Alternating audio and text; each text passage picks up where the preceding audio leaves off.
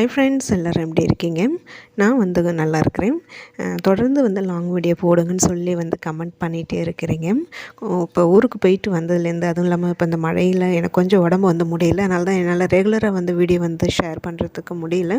முடிஞ்ச அளவுக்கு நான் ரெகுலராக போடுறதுக்கு பார்க்குறேன். இன்றைக்கி என்ன வீடியோ நான் ஷேர் பண்ணியிருக்கிறேன்னா, இப்போ நான் அம்மா வீட்டுக்கு ஊருக்கு போயிட்டு வந்தேன் இல்லைங்களா? ஊருக்கு போயிட்டு வந்ததுக்கப்புறமா அடுத்த நாள், இது செவ்வாய்க்கிழமை, அதாவது பரணி தீபம் அன்னைக்கு எடுத்த வீடியோ. அன்றைக்கெலாம் பார்த்திங்கன்னா மழையாக தாங்க இருந்தது. ஸ்கூல்லாம் லீவு தான் விட்டுருந்தாங்க. காலேஜ் எல்லாமே லீவு. சாதனாப்பாக்கும் பார்த்திங்கன்னா ஒர்க்கு உண்டு. இருந்தாலும் பார்த்திங்கன்னா மழையாக இருக்கிறதுனால அவங்களாலையும் போக முடியல. அவங்களுக்கும் உடம்பு முடியல.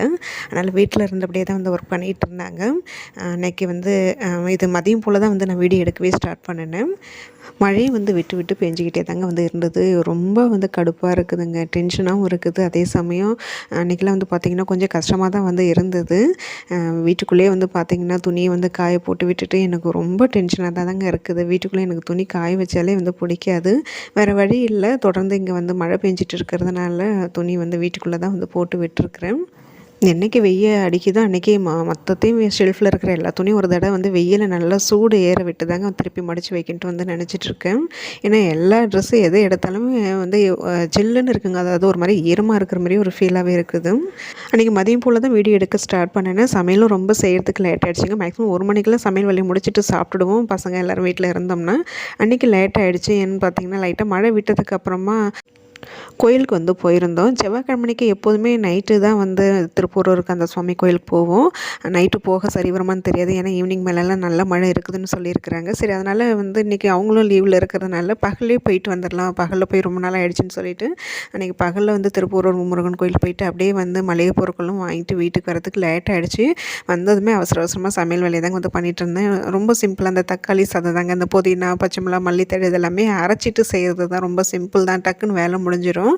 மழை பெஞ்சிட்டு இருக்கனால செவ்வாய்க்கிழமை அதுமாக கூட வீடு கூட துடைக்கிறதுக்கு முடியலைங்க. ரொம்ப நசன்ட்டு ஆகிட்டுன்ட்டு நான் வீடு கூட துடைக்கல. பூஜை பாத்திரம் மட்டும், அதை மெயினாக குத்து விளக்கு நாளைக்கு கார்த்திகைலாம் விளக்கேற்றுறதுக்கு அதை எடுத்து வச்சுருக்கிறேன்.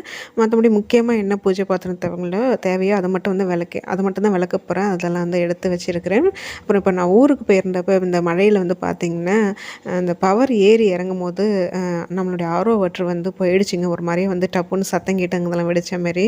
அது பார்த்திங்கன்னா தண்ணி இல்லாமல் ரொம்ப கஷ்டமாக இருந்தது. அப்புறம் நான் வந்ததுக்கப்புறம் இன்றைக்கி தான் காலையில் கீழ் வீட்டில் போய் ஒரு தவளையில் தண்ணி பிடிச்சிட்டு வந்தேன். கீழ் வீட்டுக்கு அதுமாரி ஆரோ வாட்டர் போயிடுச்சு. அவங்க சரி பண்ணிட்டாங்க. இவங்களுக்கு நேரம் இல்லை சரி பண்ணுறதுக்கு. சரி, இன்றைக்கி லீவு போட்டிருக்குறாங்க. நாங்களும் காலையிலேருந்து ஃபோன் பண்ணிகிட்டே இருக்கோம் சரி பண்ணுறதுக்கு ஆள் வர சொல்லி. இன்னும் வரவே இல்லை. மாதம் பிறந்ததுமே இதுமாரி எக்ஸ்ட்ரா செலவு வந்துருச்சுங்க. மனசுக்கு கஷ்டமாயிடுச்சு. இதுமே எவ்வளோ செலவு வைக்கணும்னு தெரியல. அதுவும் இல்லாமல் அன்றைக்கின்னு பார்த்திங்கன்னா காலையில் வெற்றிக்குட்டி லேப்டாப் எடுக்கிறேன்னு சொல்லிட்டு டக்குன்னு கை தவறி கீழே போட்டுட்டான். அதுவும் டிஸ்பிளே போன மாரி ஆகிடுச்சு. அதுவும் இன்னும் ரொம்ப கஷ்டமாக போயிடுச்சு. அந்த லேப்டாப்புக்கு டிஸ்பிளே மாற்றணுன்னா எவ்வளோ ஆகுமோ என்னமோ தெரியல. அப்புறம் அவங்களோட வண்டிலையும் பேட்ரி ரொம்ப லோவாக போயிடுச்சுங்க. பேட்ரி மாற்றுற மாரி ஆகிடுச்சு. இதுமாரி மாதம் பிறந்ததுமே எக்ஸ்ட்ரா செலவு ஆகிடுச்சு. இதுவுமே எப்படி சமாளிக்கிறதுன்னு தெரியல. அப்படியே மொத்தமாக ஏதாவது செலவு வந்துக்கிட்டே தாங்க இருக்குது. இதெல்லாம் எதிர்பார்க்காதது தான். இதை சமாளிக்கிறதுக்கு நான் 2 மாதம் முடிஞ்ச அளவுக்கு சிக்கனமாக தாங்க குடும்பத்தை ரன் பண்ணி ஆகணும். வேறு வழி இல்லை. உடம்பு கொஞ்சம் டயர்டாக தான் இருக்குது. இருந்தாலும் வேறு வழி இல்லை. வேலை செஞ்சு தான் ஆகணும். கொஞ்சம் அப்படியே ரெஸ்ட் எடுத்து தான் வேலை பண்ணிகிட்டு இருந்தேன். அப்புறம் ஊர்லேருந்து பார்த்திங்கன்னா நான் இது கீரை கடையிற சட்டி வாங்கிட்டு வந்திருந்தேன். அதை நீங்கள் லாஸ்ட் விலாகில் கூட அம்மா வாங்கி கொடுக்குற மாரி காமிச்சிருப்பேன், பார்த்துருப்பீங்க. அதுக்கப்புறம் இப்போ ஊருக்கு போயிருந்தப்போ அம்மா எனக்காக அந்த குட்டியாக ஒரு கூடை பின்னியிருந்தாங்க. பேஸ்கெட் மாரி அழகாக இருந்தது. அது எனக்காக தான் பின்னி கொடுத்துருந்தாங்க. அதையும் எடுத்துகிட்டு வந்திருந்தேன். சரி, அதையும் சும்மா லைட்டாக உங்ககிட்ட ஷேர் பண்ணிக்கலாமேன்னு வீடியோ எடுத்துகிட்டு இருந்தேன். கொத்து சட்டின்னு சொல்லுவோம். எங்கள் ஊரில் கீரை கடையிறதுக்கு இந்தமாரி தாங்க உள்ள சட்டியில் கொத்தி கொத்தி வச்சுருப்பாங்க. இதில் கீரை கடையும் போது கீரை நல்லா மசிஞ்சிரும். டேஸ்ட்டும் ரொம்ப நல்லாயிருக்குங்க. சட்டியில் கீரை கடைஞ்சி சாப்பிட்றது அது தனி ஒரு டேஸ்ட்டு தான். அதுக்கப்புறம் இந்த கூடை எனக்கு ரொம்ப ரொம்ப பிடிச்சிருந்ததுங்க. ஏதோ ஒயர் கூடை அம்மா வீட்டில் சும்மா இல்லாமல் கேட்குறவங்களுக்கு பின்னி கொடுக்குறாங்க இப்போதைக்கு. அதில் மீறுற ஒயரில் இதுமாரி சின்ன சின்னது ஏதாவது பண்ணிட்டு தான் இருக்கிறாங்க. அதில் இது பார்த்திங்கன்னா பண்ணியிருந்தாங்க. இது எனக்கு ரொம்ப பிடிச்சிருந்தது. இன்னும் அந்த கைப்பிடி ஒரு சைடு கரெக்டாக இருக்குது. இன்னொரு சைடு அவங்க டைட் பண்ண மறந்துட்டாங்களா என்ன தெரியல. கொஞ்சம் லூஸாக இருக்குது. நான் அது இப்போ பார்த்திங்கன்னா இந்த ஃப்ளவர் வச்சு அது அந்த பிளான்ட் வச்சு பார்த்தேன் எது நல்லா இருக்குதுன்ட்டு. இதில் அந்த க்ரீன் கலர் அந்த பிளான்ட் வச்சு நான் ஹாலில் தான் இப்போ வச்சு விட்டுருக்கிறேன். ரொம்ப நல்லா இருந்தது. அந்த ஒயிட்டுக்கும் அந்த க்ரீனுக்கும் ரொம்ப அழகாக இருந்தது. இதுமாரி சின்ன சின்னதாக அதை வந்து அம்மா யூடியூப்பை பார்த்து எதனாவது வந்து பண்ணிகிட்டே தாங்க வந்து இருக்கிறாங்க. அதுவும் நல்லா வந்து பண்ணுறாங்க. எனக்கு இந்த வயசுலேயும் அவங்க இந்த அளவுக்கு சூப்பராக பண்ணுறாங்களேன்னு எனக்கே ஆச்சரியமாக தான் இருந்தது. அதுக்கப்புறம் வந்து பார்த்திங்கன்னா, நான் வந்து பழைய சட்டி வச்சுருந்தேன். இது இங்கே சென்னையில் வாங்கினது. இங்கெல்லாம் கீரை கடையிற சட்டின்னு கேட்டால் வந்து இதுதான் வந்து கொடுக்குறாங்க. ஏதாவது வீரல் ஒட்டு போயிடுச்சு. அதனால் வந்து அதில் கடைய முடியல. உடஞ்ச சட்டியும் வந்து வச்சுருக்கக்கூடாது இல்லைங்களா? அதனால தான் வந்து இப்போ புதுசு வாங்கிட்டு வந்திருந்தேன். அதுவும் எங்கள் ஊரில் வந்து வாங்கினா இன்னும் ரொம்ப நல்லாயிருக்குன்ட்டு அங்கே தான் வாங்கிட்டு வந்திருந்தேன். 2த்துக்கும் வித்தியாசம் உங்களுக்கு தெரியும். எங்கள் ஊரில் கொத்து சட்டின்னு அப்படி தான் இருக்கும், கீரை கடையிற சட்டி. அந்த சட்டியில் உள்ளே பார்த்திங்கன்னா, உள்ளே ஏதோ குட்டி குட்டி கல் பதிச்சு வச்ச மாதிரி இருக்குது. அதில் கீரை வந்து கடைஞ்சாலும் அந்த அளவுக்கு எனக்கு மசிகிற மாரி வந்து தெரியல. எங்கே அது கடையும் போது அந்த கல்லெல்லாம் பேத்துட்டு வந்துருமோன்னு வேறு ஒரு டக்குன்னு ஒரு பயமும் வந்து இருக்கும். அதனாலே அதை ரொம்ப யூஸ் பண்ணாமலே இருந்தேன். இன்னொரு வழவழன்னு ஒரு சட்டி இருக்கும். அதில் தான் வந்து கீரை கடைஞ்சிட்டு இருந்தேன்.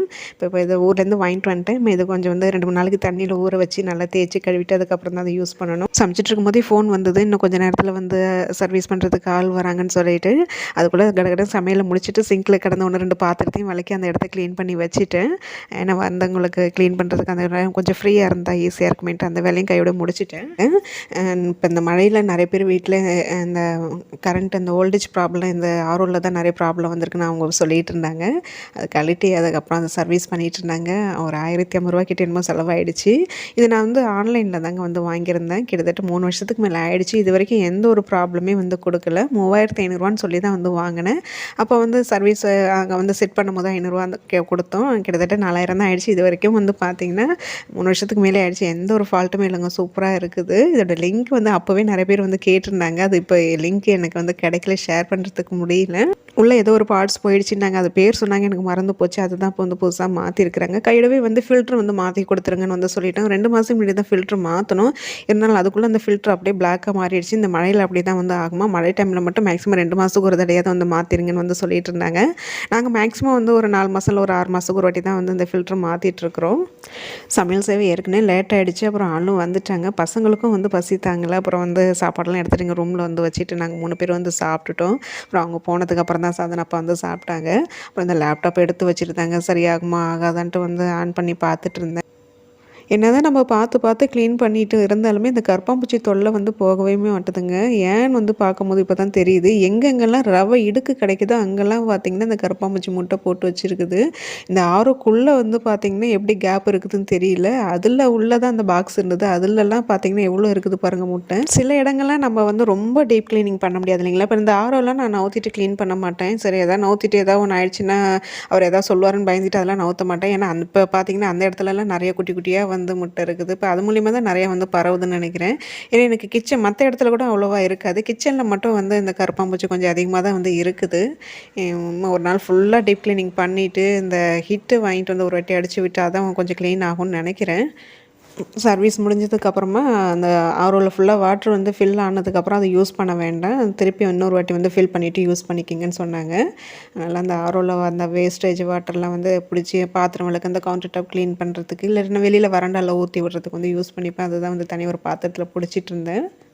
அதுக்கப்புறம் பெருசாக நான் ஒன்றும் வீடியோ எடுக்கலைங்க. கரண்ட்டு வந்து போயிட்டு வந்துட்டு இருந்தது. வீடியோ எடுக்கவும் முடியல. கொஞ்சம் நல்லா ரெஸ்ட்டு தாங்க எடுத்தேன். அதுக்கப்புறம் இது ஈவினிங் போல் வந்து வீடியோ எடுத்துகிட்டு இருந்தேன். ஹாலை மட்டும் லைட்டாக கொஞ்சம் நசுன்ட்டு இருக்குன்னு லைட்டாக வந்து மாப் போட்டு விட்டுட்டு, ஏன்னா இன்றைக்கி பரணி தீபம் வேறு செவ்வாய்க்கிழமை கூட நான் வந்து பார்க்கல. வேறு வழி இல்லை, என்னைக்காவது ஒரு நாள் தானே பண்ணுறோம் அப்படின்ட்டு லைட்டாக மாப் போட்டு கிச்சனையும் ஹாலில் மட்டும் வந்து மாப் போட்டேன். மற்ற ரூம்லாம் வந்து பண்ணலை. அப்புறம் வாங்கிட்டு வந்த மளிகைப்பொருள் கிளாஸ் சரி அதையும் வந்து ஹாலிலே மூட்டை வச்சுருக்கிறோமே பார்க்க நல்லா இல்லைன்ட்டு அதையும் வந்து எடுத்து வச்சுருவோம். செக் பண்ணிவிட்டு ஒரு வாட்டி எடுத்து வச்சுருவோன்ட்டு நானும் எங்கள் வெற்றி கொட்டியும் தான் வந்து வாங்கிட்டு வந்தது லிஸ்ட்டை வந்து பார்த்து செக் பண்ணிகிட்டு இருந்தோம். எப்போதுமே மளிகை பொருள் வாங்கிட்டு வந்த உடனே நான் வந்து அந்த லிஸ்ட்டை பார்த்து ஒரு வாட்டி செக் பண்ணிவிடுவேங்க.